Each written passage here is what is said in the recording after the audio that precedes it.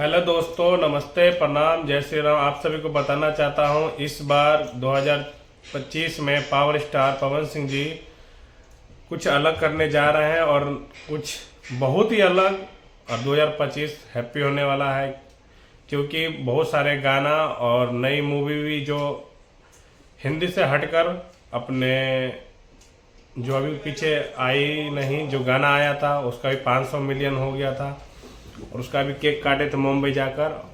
और हिंदी मूवी भी 2025 में अनाउंसमेंट करने वाले हैं। हिंदी 2-3-4 मूवी भी है, गाने भी है, तो 2025 में कुछ अलग होने वाला है। तो आप लोग का पावर स्टार पवन सिंह जी लेकर आ रहे हैं 2025 में बहुत ही धमाकेदार सॉन्ग। और हाँ, स्पेशल बर्थडे सॉन्ग का भी काम चल रहा है, वो भी सॉन्ग बहुत जल्दी आप सभी के बीच देखने को मिलेगा 5 जनवरी को।